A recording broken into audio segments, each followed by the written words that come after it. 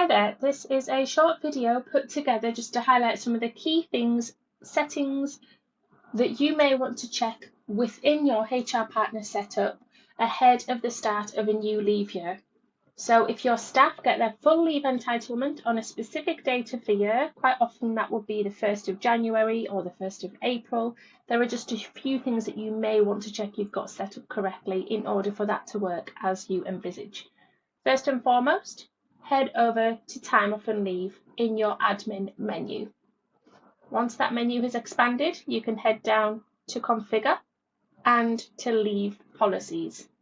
You're going to then click into the relevant policy. So in this example, I'm going to open up my annual leave policy. The first thing to check is that I have got Yes selected next to Use Automatic Leave Allocation and Accruals. Once that has expanded, I can set up my default leave allowance. So that is what my staff get for a full leave year, okay? And therefore, this is where I'm telling the system what the vast majority of people will get on the first day of that new leave year. So typically the 1st of Jan or the 1st of April as outlined. Now, really important that you don't worry if other people or certain people within your system get different amounts, because this figure can be overridden, and I will show you where to do that as well. The next thing you need to note is that you have this set to upfront and that you have a reset date set. So you can decide whether this is going to be somebody's anniversary or whether it's going to be annually on a specific date. So I'm going to go ahead with the example of this being a 1st of January reset date. That means my leave year for my staff members runs from the 1st of January until the 31st of December. And on the 1st of January the following year, the vast majority of people are going to be given 20 days in their balance column, okay? Your next options are all around carryover. So if you want the system to automate your carryover for you, meaning that people can carry over unused leave between 2 different leave years, you can stipulate how much they can carry over and whether that carry forward expires in those next 2 questions.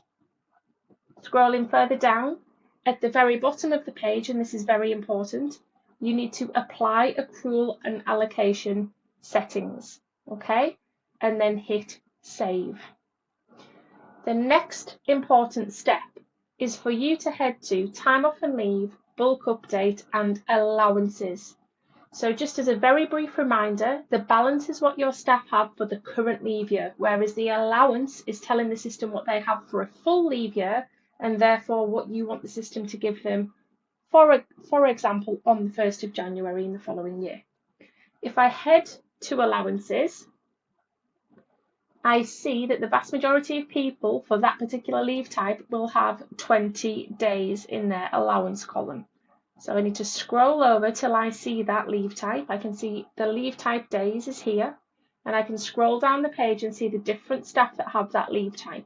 Okay. In this page, if I want to, there are 2 things to do. I can go to Allow Editing and I can override that 20 days for anybody who actually has a different number.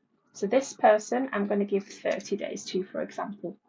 But the really important thing is that you make sure under that auto accrue menu, everybody has the green button toggled on.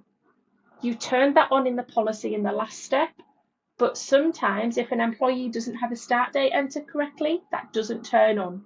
So you need to check in here that everybody has it on. For anyone who doesn't have a start date, you can hop into their record, give them a start date, come back here and toggle it on again, okay? Once you make sure that auto accrue is turned on, and that is the actual function that makes the balances refresh on the 1st of Jan, then you know that this should work accordingly and you can hit save. The very last thing, very simple, Time Off and Leave, configure holidays, and just make sure that you've scrolled down here, gone to your country, selected the correct calendar year, and imported your holidays, and you can use the location restrictions if needed. Just be careful to uncheck any that don't apply in your example. Okay, once you've done this, import selected and your leave year should be set up ready for the following year. Thank you very much. Let us know if you've got any questions.